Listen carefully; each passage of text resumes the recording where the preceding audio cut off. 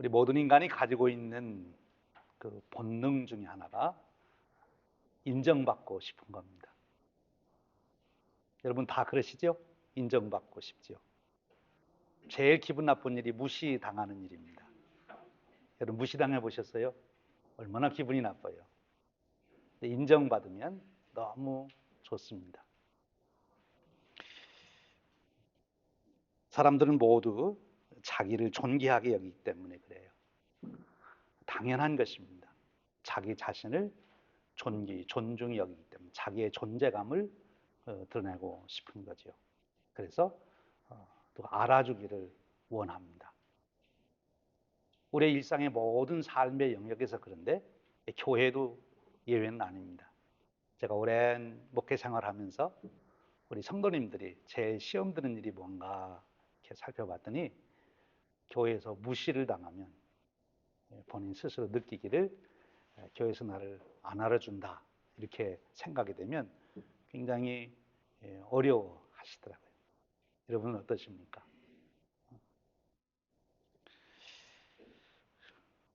그러면 우리가 어떻게 해야 인정을 받을 수 있느냐 하는 거예요. 어떻게 해야 우리가 인정받을 수 있죠? 세상 사람들은 그래서 자기의 스펙을 많이 쌓으려고 그래요.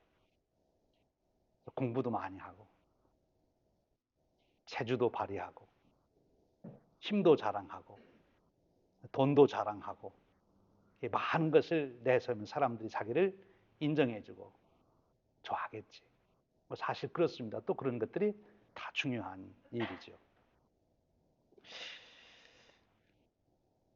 어떻게 해야 우리가 정말 인정을 교회에서 인정을 받으려면 어떻게 해야 될까 하는 거예요. 교회에서 인정을 받으려면. 근데 교회에서 인정받는 이 문제를 놓고 생각할 때 무엇이 인정받을 수 있는 조건인가 그걸 꼭 알아야 되겠는데 그것보다도 어쩌면 더 중요한 것이 있어요. 누구에게 인정받느냐 하는 겁니다.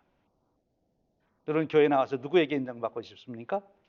옆에 있는 분한테, 석회원들한테, 담임 목사한테 인정받고 싶죠. 그래서 인정 못 받으면 굉장히 서운하시죠. 다 인정받아야 될 일입니다.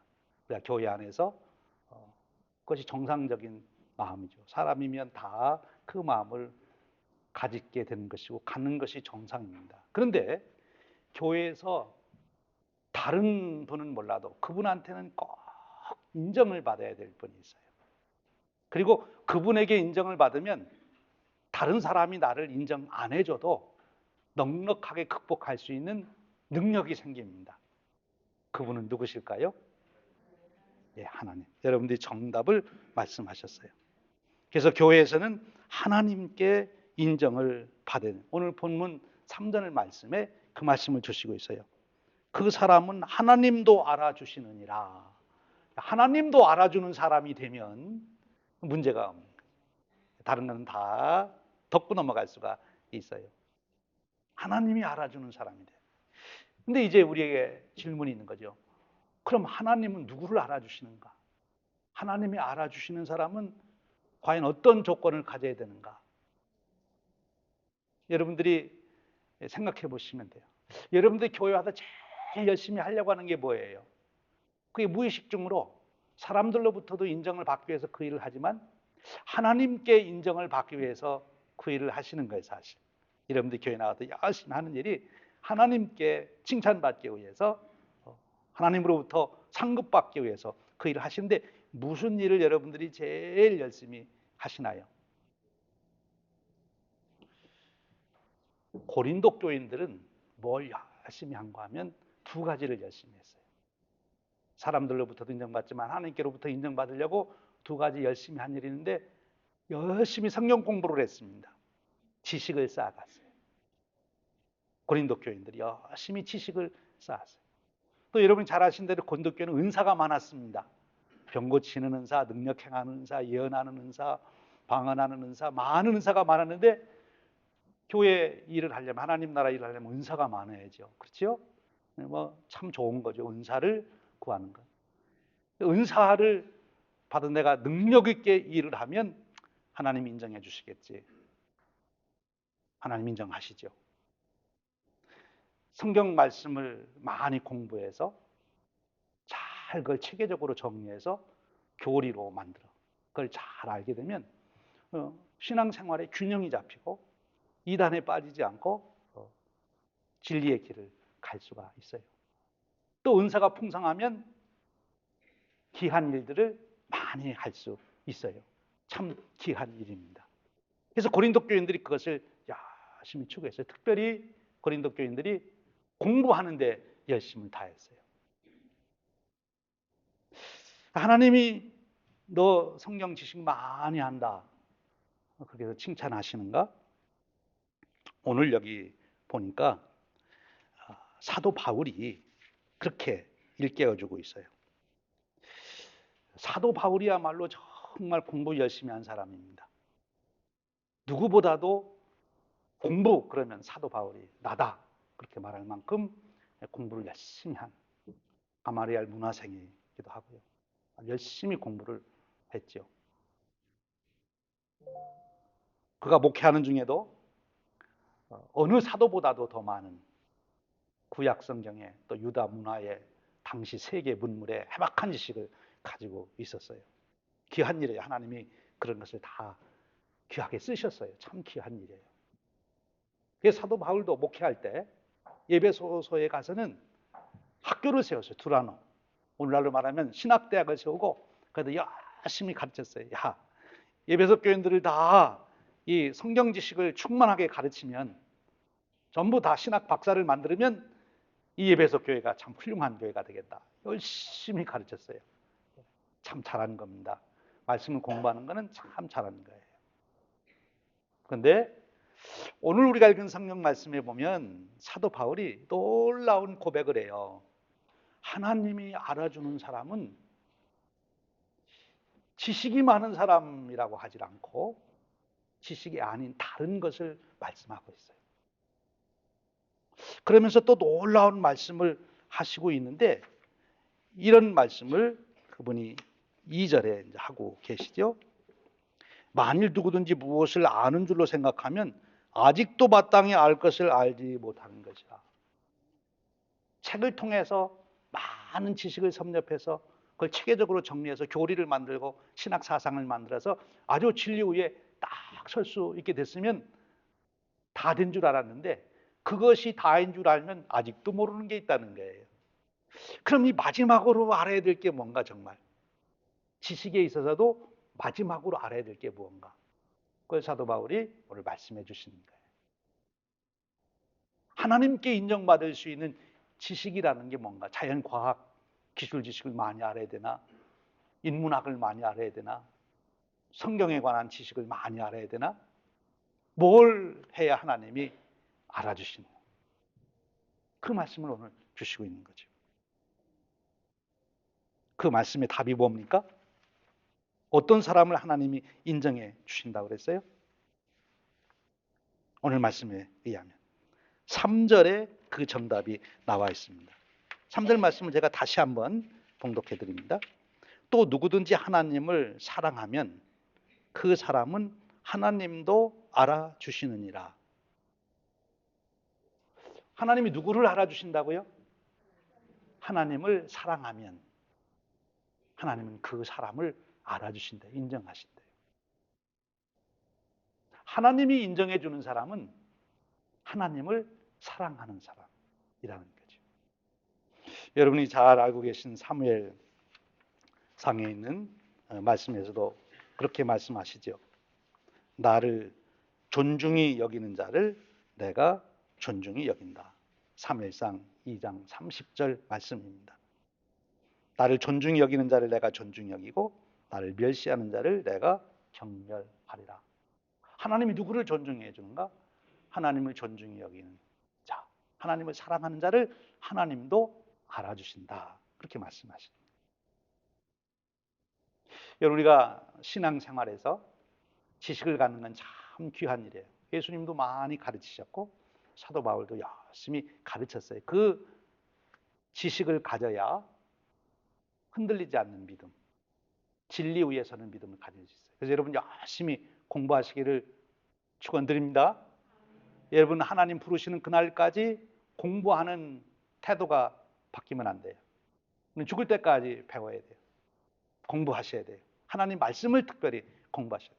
성경 정독하시고 이제 여러분 설문조사했더니 성경 공부를 하고 싶어 하시기 때문에 성경 공부를 엽니다. 성경 공부에도 참여하시고 열심히 공부하셔서 정말 내가 믿는 도리가 무엇인지, 내가 마땅히 행해야 될 바가 무엇인지, 내가 집사면 장로면 목사면 어떻게 해야 되는지, 교회는 과연 어떻게 해야 되는지 잘 알아야 돼요. 참 중요합니다. 그런데 그거에 한 가지를 더 해야 하나님이 인정해 주신대요. 그것은 하나님을 사랑하면 하나님도 그를 알아주신다. 그렇게 말씀하세요. 여기 하나님을 사랑한다는 말이 무엇인가? 보이지 않는 하나님을 어떻게 사랑하는가? 그것은 바로 하나님이 사랑하는 사람을 사랑하면 그것이 하나님을 사랑하는 것이다 라고 말씀합니다. 그럼 하나님이 사랑하는 사람이 누구예요? 바로 고린도 교회에 들어가서는 고린도 교회의 성도들, 옆에 앉아서 예배드리는 성도들이 바로 하나님의 사랑을 베풀어 주어야 할 대상이 된다 하는 것입니다. 오늘 우리도 하나님을 사랑한다 하는데 하나님 사랑하는 게 어떻게 내가 하나님 사랑하는 것을 드러낼 수 있나요? 구체적으로 하나님 사랑하는 것을 보여줄 수 있는, 하나님 사랑하는 것을 할 수 있는 일이 뭔가면 옆에 있는 분을 사랑하는 일이에요. 특별히 지금 오늘 바울이 말씀하는 내용 중에서는 아주 기묘한 그 장면을, 그 현장, 그 사건을 말하고 있어요. 옆 사람을 사랑하는데 뭐 밥을 잘 사주고 그런 것도 다 사랑이지만 옆 사람에 대해서 특별히 나보다 아직 성경 공부를 못하고 또는 세상 지식이 좀 못하고 아니면 이 논리적인 정리가 잘 안 돼서 이 체계화가 안 된 사람들, 그래서 이 교리적으로 믿는 바 도리를 잘 모르는 사람들, 나보다 좀 모르는 사람들, 그 사람들에 대해서 교만하지 않는 것, 나보다 모르는 사람, 나보다 연약한 사람이 나 때문에 시험 들지 않게 하는 것, 그것이 진짜 옆 사람을 사랑하는 것이고 그것이 하나님 사랑하는 길이 된다는 것입니다. 나 때문에. 그러니까 여러분 참 귀한 거예요. 우리가 귀한 약을 개발하는 것은 참 좋습니다. 그런데 모든 약에는 무엇이 같이 따라오죠? 부작용, 사이드 에펙이 있습니다. 그래서 부작용을 없애고 그 약을 써야 정말 그 약의 효과를 온전히 누리는 축복을 누리게 되는 거죠. 우리가 하나님 말씀을 배워 그 말씀을 체계적으로 잘 정리해서 교리화시키고 그 체계 안에서 내 삶을 살아가는 것은 너무나 귀한 일입니다. 근데 그런 귀한 일도 부작용이 일어날 수 있다는 거예요. 그 부작용이 뭔가면 내가 많은 지식을 가졌기 때문에 내가 어떻게 돼요? 지식 때문에 어떻게 돼요? 네. 여러분 공부 많이 하신 분들 이렇게 경험하시면서 어떠십니까? 그런 분들하고 대화하시기가 마음이 참 편하시던가요? 무슨 얘기하면 그건 틀렸어. 이건 나 알지도 모르면서 하지 마. 말도 되지 않는 소리도 하지 마. 아직도 그것도 모르냐. 이제 이런 소리를 들으면 어떻게 됩니까, 여러분은? 아주 기가 죽고 아주 힘들죠. 똑같은 얘기하고 있는 거예요. 지금 지식이 많기 때문에 그에게 주어진 특권은 분별력이 생긴 거예요. 이게 옳다, 그르다, 이 길이 좋다, 이 길이 나쁘다. 그러니까 그 분별력을 가지고 자기 자신의 삶을 잘 가꾸는 거는 너무 좋은데 그 약을 먹어가지고 자기는 정말 훌륭한 삶의 길을 가는데 그것이 자기에게만 보이는 게 아니라 옆에 사람이 하는 것도 보면 다 보인단 말이에요. 저거는 아직 무식해서 모르고 저러네. 그럼 어떻게 해야 돼요? 말을 해줘야지. 그렇지요? 그렇습니까? 네. 그것도 모르냐 이렇게. 그것도 모르냐 저 사람은. 지금 교회 다닌 지 10년이 됐는데 아직도 그것도 모르냐. 지금 교회 다닌 지 30년인데 아직도 구원의 확신도 없냐. 이렇게 이제 보시고 말씀하실 수가 있어요. 나는 그 말씀 의지해서 확신을 가지고 있고, 나는 그 말씀을 알기 때문에 내가 어떻게 예배를 준비하고 예배를 드려야 되고, 그리고 어떻게 내가 그리스도는 살아가야 되는 걸 아는데, 저 사람 지금 20년, 30년 됐는데도 아직도 어떻게 저러냐. 분별을 하게 돼요. 분별하는 것까지는 자동으로 되는 것입니다. 내가 알고 있는 지식이 있는데 그 지식에 비춰보면 그것이 틀렸는지 맞았는지 알 수 있을 거 아니에요. 문제는 그것 때문에 나오는 부작용입니다. 나는 교만해지는 거죠. 나는 이렇게 알고 있다. 나는 훌륭하다. 교만해지고 그 사람을 무시하게 되는 것입니다. 그러면 그것은 사랑이 아니다. 그렇게 말씀합니다. 참 어려운 거예요. 우리가 사랑을 베푼다고 하는 것이, 사랑을 행한다고 하는 것이 참 어려운 거예요. 오늘 사도 바울이 고린도 교회에 바로 이 문제를 지적해 주고 있습니다. 너희들이 성경 공부 많이 하고 은사가 충만해서 하나님 교회의 귀한 역사도 일어나고 그리고 교리적으로도 잘 정리됐는데, 그런 너희들 때문에 아직 어린 신자가 특별히 먹는 문제를 가지고 그것이 거론이 됐는데, 그 사람이 시험 들게 하면 되겠느냐라고 말해요. 그 사람은 하나님이 사랑해서 구원하시기를 원하는 형제요 자매다, 그렇게 말씀합니다. 여기서 우리는 그리스도인으로서의 아주 중요한 사고방식 하나를 깨닫게 되는 거죠. 우리가 성경 공부 열심히 해야 됩니다. 은사도 추구하고 성업도 열심히 해야 됩니다. 근데 그것이 내 교만이 되고 다른 사람들을 무시하고 정죄하는 일이 돼서는 안 된다는 거예요. 오히려 내가 지식을 가지고 분별해 볼 때 그들이 그런 분별력이 없어서 잘못하고 있다면 어떻게 해줘야 되냐. 그들을 위해서 기도하며 기다려야 되는 거죠. 배려를 해줘야 되는 거예요. 그것이 사랑이라고, 그것이 하나님을 사랑하는 길이라고 말씀해 주시고 있는 거죠. 그래서 오늘 그런 말씀을 우리에게 주신 거예요. 지식은 교만하게 하며 사랑은 덕을 세운다.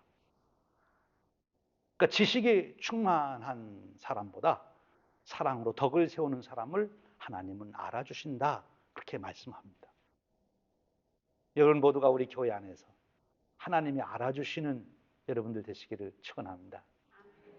누구를 알아주신다고요? 사랑으로 덕을 세우는 사람.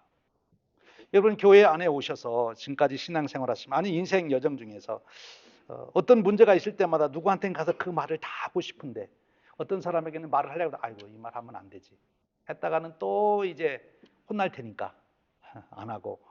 근데 여러분 속에 있는 말을 그냥 다 하고 싶은 분이 계세요.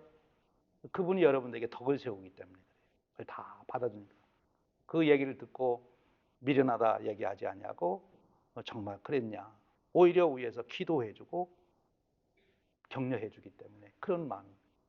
여러분들이 그런 대상이 되시기를 주님의 이름으로 축원합니다. 그것이 하나님이 사랑하는 거예요. 그래서 여러분들이 주일이 기다려져야 돼요. 오늘 또 내가 이러이러한 문제를 가지고 오늘 어느 권사님, 어느 장로님, 어느 집사님 만나면 오늘 교회 가서 이런 얘기를 좀 같이 나눠야 되겠다. 근데 다른 친구들하고 만나면 다 할 얘기 하는데 교회 와서는 절대 말하면 안 돼. 입을 딱 다물고 있으시면 그러면 그 교회는 사랑이 없는 교회. 다른 데서는 말 못하다가도 교회에 오셔서는 자기 속 얘기까지 다 하죠. 왜? 다 이해해 주니까, 기다려 주니까. 그것이 사랑이라고 말씀해 주시는 겁니다. 여기 사도 바울이 놀라운 고백을 해요. 13절에 그러므로 만일 음식이 내 형제를 실족하게 한다면 나는 영원히 고기를 먹지 아니하여 내 형제를 실족하지 않게 하리라. 참으로 놀랍지 않습니까? 자기는 얼마든지 고기를 먹을 수 있는 자유함이 있고 이미 신학적으로 교리적으로 다 정리가 됐어요. 그래서 자유로워요. 그 문제에 대해서 자기가 걸릴 것이 하나도 없어요. 그럼 그렇게 자유롭게 살면 되는데, 다른 사람이야 뭐라든 말든 나는 하나님 앞에 부끄러울 것이 없어, 그렇게 살면 되는데, 사도 바울이 자기가 절대로 고기를 안 먹겠다는, 그 맛있는 고기를 안 먹겠대. 그것도 평생 안 먹겠대. 그럼 그렇게 결심하실 수 있어요? 왜요? 자기 때문에 혹시라도 어느 형제가 실족할까 봐. 아직 믿음이 정리 안 된 사람들이 실족할까 봐. 참 바울이 멋진 고백이고 참 부러움을 삽니다. 근데 여러분도 덕을 세우시고 싶으시죠? 그렇지 않습니까? 여러분도 사랑의 삶, 하나님을 사랑하고 하나님으로 인정받고 싶으시죠? 저는 그런데 여러분은 어떻습니까?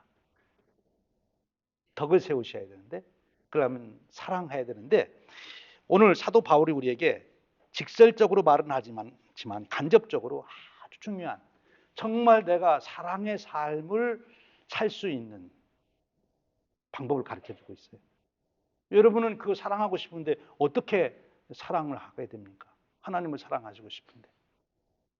좀 더 현실적으로 우리 교우들을 사랑하고 싶은데 어떻게 하면 교우들을 사랑하실 수 있어요?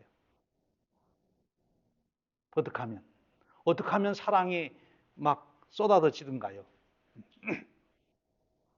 지금까지 교회 생활 하시면서 어떻게 하면요? 사도 바울이 우리에게 두 가지 가르쳐 주세요. 하나는 고린도 교회 성도들을 향하여 무엇이라고 부르는 거면 형제라고 불러요. 형제. 여러분 옆에 있는 분들이 형제로 보이십니까? 아니면 아주 낯선 아저씨, 아줌마로 보이십니까? 그 옆에 계신 분에게 한번 그렇게 인사해 보세요. 형님, 이렇게. 옆에 있는 분에게 형님. 또 나이 어리신 분에게는 아우님 이렇게 인사해 보세요.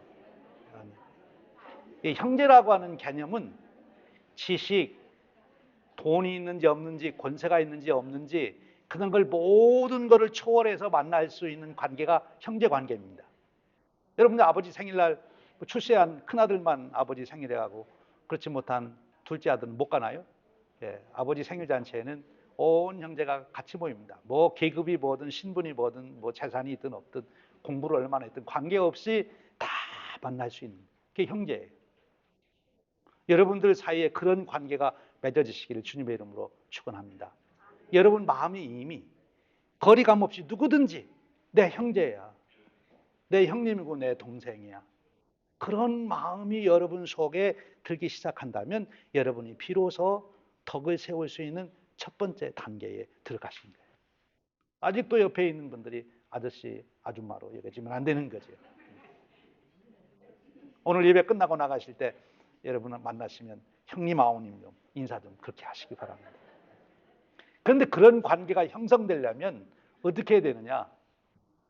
그 사람을 생각에도 없으면 그런 소리가 안 들어가요.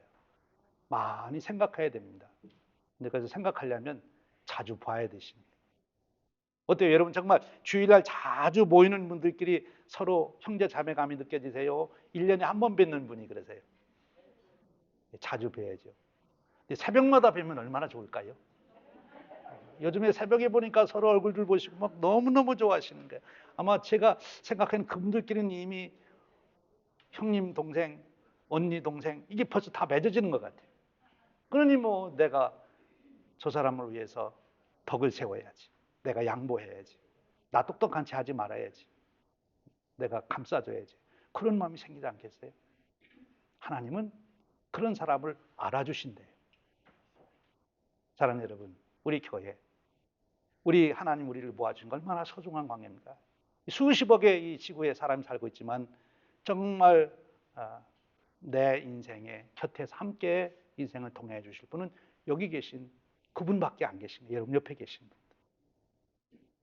그분을 바라볼 때 형제 자매로 바라볼 수 있고 그러기에 그를 위해서 내가 덕을 세워야 되겠다 하는 마음이 여러분 속에 가지시기 시작하면 그때부터 하나님은 여러분들을 알아주십니다. 네가 나를 꼭 닮았구나 라고 말씀하십니다. 아무리 많은 지식을 많이 가지고 있고 성경적으로는 신학 박사가 되어도 사랑하지 못하면 아직 뭔가를 모르는 거예요.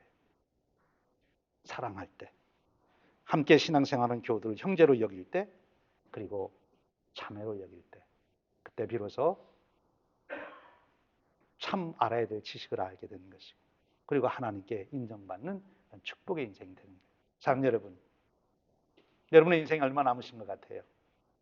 이제 그 남은 인생 가시면서 함께 동행하시는 옆에 계신 모든 분들이 정말 형제 자매로 이렇게 받아들여지시고 고백하시고 그렇게 사랑하시고 덕을 세우시는 그런 축복이 함께 하시기를 주님의 이름으로 축원드립니다. 기도하겠습니다. 하나님 감사합니다. 오늘 저희들 인생을 외롭지 않도록 하시기 위하여 구원하실 뿐만 아니라 이렇게 귀한 형제 자매들을 주셔서 함께 교회가 되게 하시고 함께 덕을 세울 수 있도록 사랑의 관계로 이끌어 주시니 감사합니다.